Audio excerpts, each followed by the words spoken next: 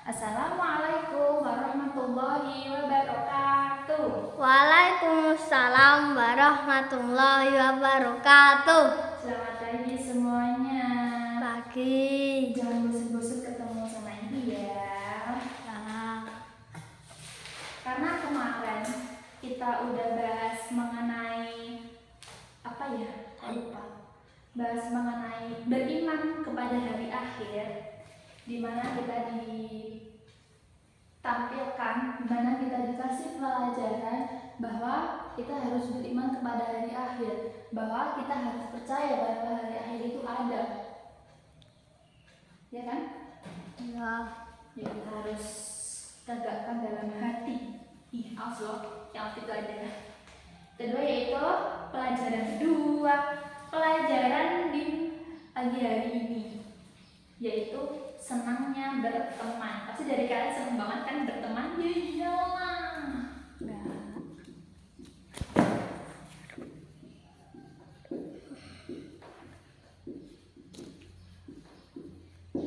Senangnya berteman. Apakah kamu memiliki teman? Iya. Yang pertama yaitu persaudaraan dalam Islam. Apa loh, Kak?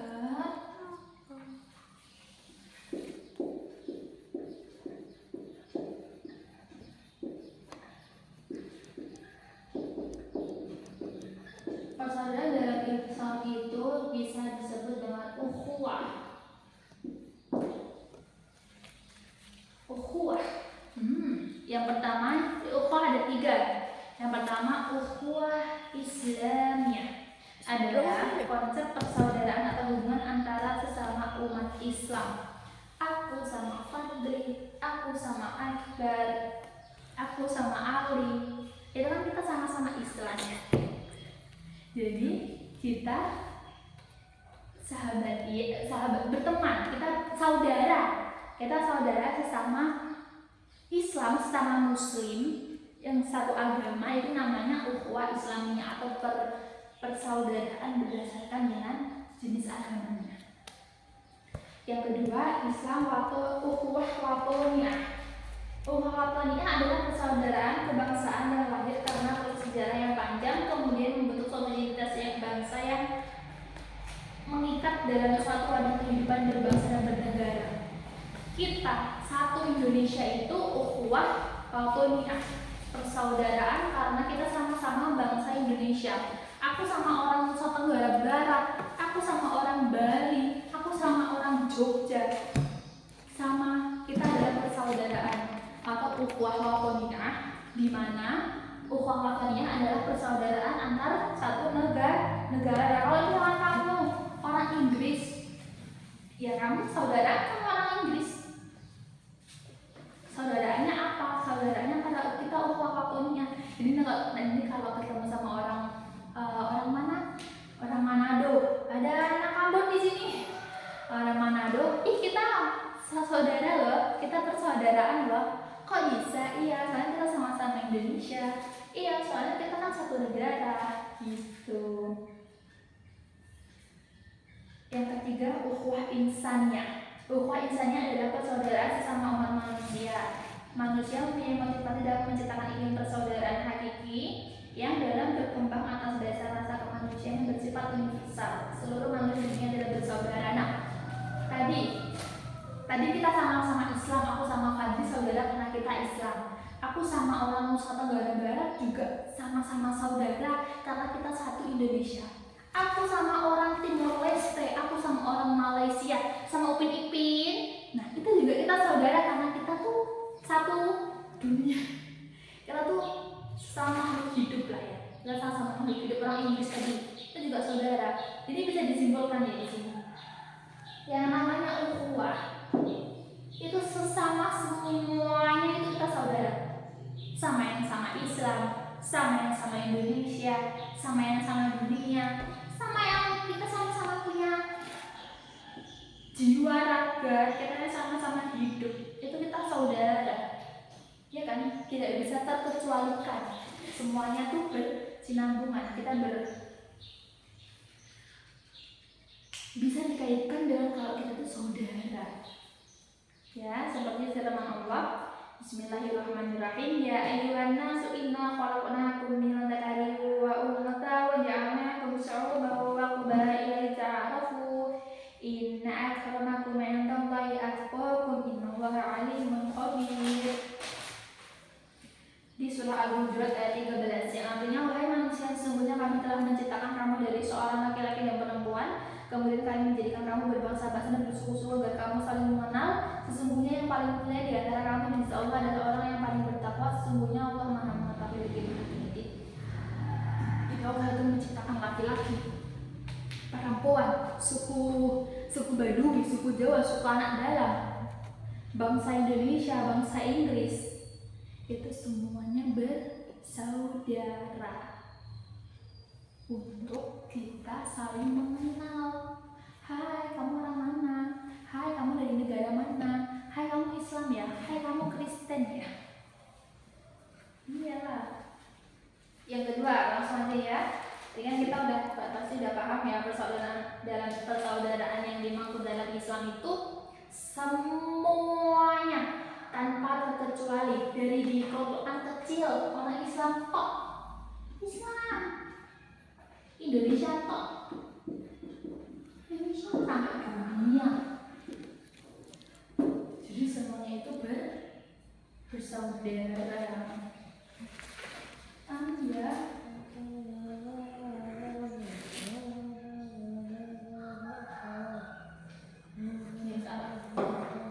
Yang kedua yaitu berteman tanpa membedakan agama. Karena kita udah Islam kok nih, karena kita sama-sama Islam. Di sini kita satu Indonesia kan ada. Indonesia ada berapa agama sih? Indonesia ada 6 agama yang diakui. Yang pertama Islam, 2 Kristen, ketiga Katolik, keempat Buddha, kelima Hindu,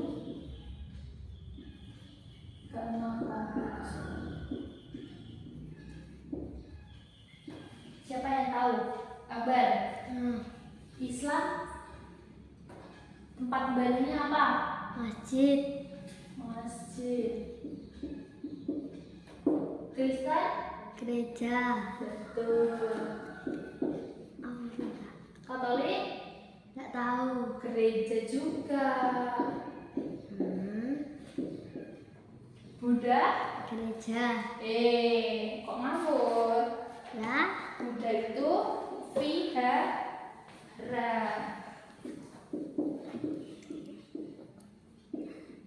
Hindu apa? Hindu pura. Ini orang-orang Bali biasanya. Pura. Ini apa? Kelenteng. Jadi kalau Islam di masjid, Kristen Katolik di gereja, Buddha vihara, Hindu pura, Konghucu di kelenteng. Agama yang menjadi mayoritas dan minoritas dari satu wilayah dengan wilayah lain adalah selalu sama. Di Jambi kita mayoritasnya Islam, tapi di Kalimantan mayoritas, di suatu daerah mayoritas juga Kristen. Di Nias, di Medan juga tidak semua Islam ya. Namun apa intinya, apabila agama kita menjadi minoritas di wilayah yang kita tinggali, kemudian pengamat agama mayoritas menjauhi kita karena perbedaan agama kita, tentu kita akan merasa sedih, bukan? Nah itulah disarankan oleh pengamat agama minoritas apabila kita menjadi, oleh karena itu kita tidak boleh membeda-bedakan dengan berdasarkan agamanya. Kita di sini mayoritas Islam, tapi kalau nanti kita SMP, kita SMA, kita kuliah, pasti kita menemukan tuh 1, 2, 3 orang, 5 orang, bahkan cuma kita sendiri lagi yang bisa di sana. Kita nggak boleh membeda-bedakan itu. Kita tetap sama-sama teman lah. Ngapa jangan sampai ini? Dia orang Kristen, harus ditemani. Dia orang Islam, harus ditemani. Jangan gitu. Karena di sini kan dijelaskan kalau kita harus temenan, karena kita orang Indonesia. Jadi nggak boleh kita cuma kita membedakan dia loh orang Islam, dia loh Kristen, dia loh minor, dia loh mayoritas. Kita nggak mau temenan sama dia. Ya jangan gitu. Kita harus tetap temenan. Karena itu tadi ukhuwah kita, ukhuwah watonian juga. Dari semuanya kita harus berteman. Rasulullah memerintahkan umatnya agar berteman dengan siapa saja, termasuk orang yang memiliki perbedaan agama. Pada zaman Rasulullah SAW ada seorang pengemis Yahudi yang tidak dapat melihat Rasulullah, yang tidak dapat melihat. Gimana sih bisnisnya budgetnya kok kayak gitu? Rasulullah SAW yang mengetahui hal tersebut merasa iba dan memberikan makanan kepada si pengemis. Padahal pengemis tersebut sering mengumpat dan menjadikan Rasulullah SAW. Rasulullah aja merasa iba sama orang yang menjengkelkan, merasa iba sama orang yang jelek-jelekin beliau, merasa iba sama orang yang menyepelekan Rasulullah. Jadi kita itu umat manusia yang tidak harus berdakwah, kita harus mau dong berteman sama siapapun, kita harus mau dong berteman sama dia, walaupun dia orang Kristen, walaupun dia Katolik, Buddha, Hindu, Konghucu, ya kan? Kita nggak boleh bedakan. Aku mau kenal sama orang Islam aja kan, ukhuwah Islamiyah bu. Ya kita sama orang Islam, kita ukhuwah Islamiyah. Kalau sama orang Kristen, sama orang lainnya, ya kita ukhuwah watoniah. 3 ukhuwah itu harus kita jalani semuanya, tiganya. Jadi cuma aku maunya ukhuwah Islamiyah aja bu, maunya teman persaudaraan sama orang Islam aja. Ya nggak bisa. Kita harus 3-3-nya, harus semua kita lakukan. 3 ukhuwah itu harus kita jalankan sesuai syariat Islam. Gitu. Nah ini ada beberapa cerita Rasulullah ya, dan Abu Bakar ketika menghadapi pengemis-pengemis yang mungkin menyakiti hati-hati beliau, tapi beliau tetap mau menolong karena merasa iba. Jadi cerita di atas menyiratkan makna tentang berbuat baik kepada siapa saja, termasuk orang yang berbeda agama, maupun berbuat jahat kepada kita, harus dapat menolong. Ini adapun pelajaran yang dapat diambil dari kisah-kisah dari Rasulullah dan sahabat-sahabatnya, dan dari beberapa yang ibu sampaikan tadi, kita dapat ambil hikmahnya ya. Pelajarannya itu tolong menolong kepada siapa saja.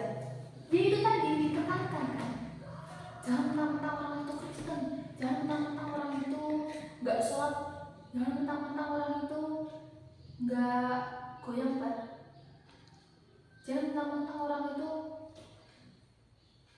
nggak puasa kayak kita, nggak usah ditolongin kalau dia kenapa-napa, nggak usah ditemenin. Dalam agama Islam, tolong menolong disebut dengan ta'awun. Tolong menolong merupakan perilaku terpuji yang diperintahkan oleh Allah Subhanahu wa Ta'ala dan Rasulnya. Manusia diperintahkan untuk menolong siapa saja yang membutuhkan. Kita harus melihat, kita harus peka terhadap lingkungan, bahwa kita harus wajib menolong orang itu. Kita wajib menolong mereka. Okay? Yang kedua, tindakan tidak membedakan teman. Di sini tuh sangat ditekankan. Kalau benar kita tuh nggak boleh, aku nggak mau temenan sama dia, nggak boleh gitu. Berteman kepada siapa saja tanpa membeda-bedakan. Kita tidak boleh menghindari atau menjauhi teman hanya karena beda agama. Dari tadi kan ditekankan kalau kita tuh nggak boleh kayak gitu. Oke? Tidak memaksa untuk memeluk agama. Ini seru nih. Kalau kita udah punya satu teman Kristen, satu teman yang beda agama sama kita tidak berhak untuk ayolah masuk Islam aja. Kristen itu gini loh, Kristen itu gini loh, Katolik gini loh, Buddha gini loh, masuk Islam aja. Kita nggak boleh kayak gitu. Karena apa? Rasulullah mengajarkan kepada umatnya untuk tidak memaksa orang lain mengikuti agama kita. Rasulullah mencontohkan senantiasa bersikap lemah lembut dan berakhlak mulia. Hal itu akan membuat orang lain bersimpati dan tertarik untuk masuk agama Islam dengan sendirinya. Berdasarkan hal itu, tidak ada kekerasan maupun paksaan terhadap orang lain untuk memeluk Islam. Kita harus senantiasa saling menghormati dan menghargai keyakinan agama lain. Jadi kita tuh caper nggak sih? Caper sama orang lain, orang itu. Kalau aku orang Islam, aku rajin ibadah loh, aku suka menolong, aku halal lemah lembut, baik hati dan tidak sombong, iya kan? Jadi kalau dia tuh kayak ini, orang Islam tuh lemah lembut ya, orang Islam itu gini ya, orang Islam gini ya, mau dong aku, nah jadi kan, mau dong coba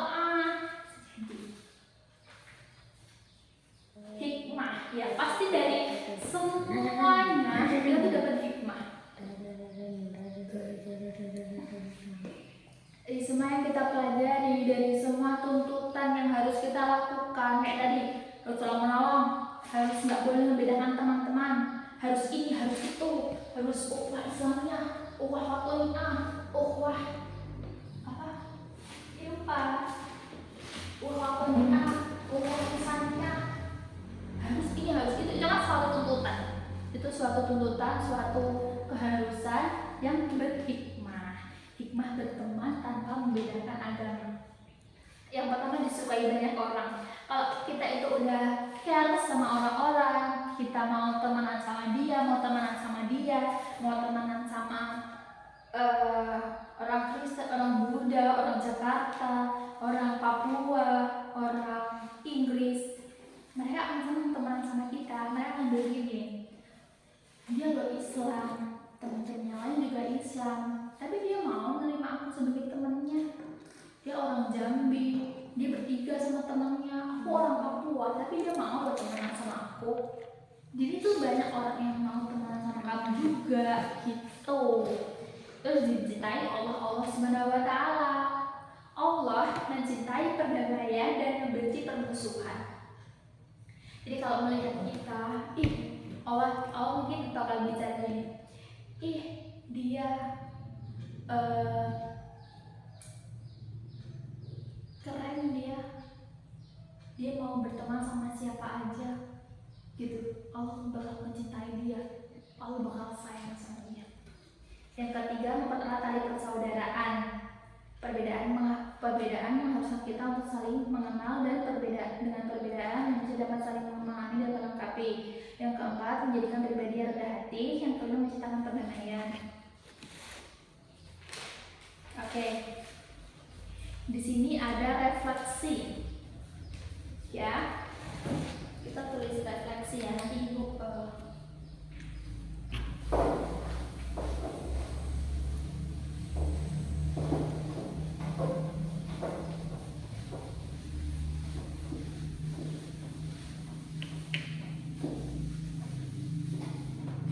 nanti diconteng.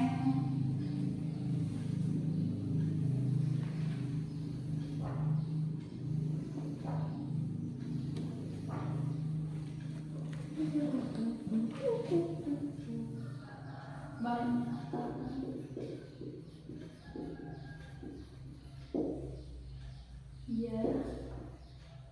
No, tidak. Ditulis ya.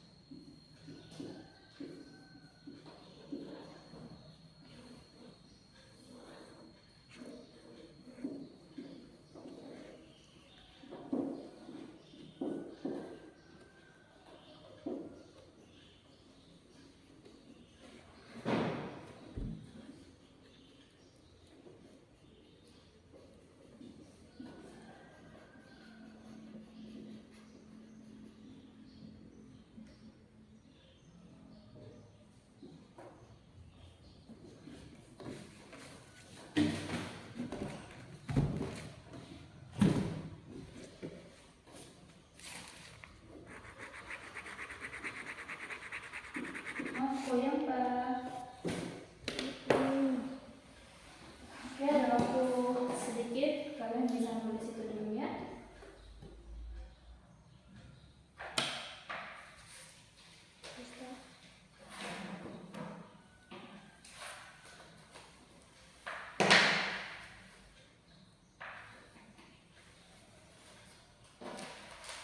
Wis, Maksudnya. tato dek.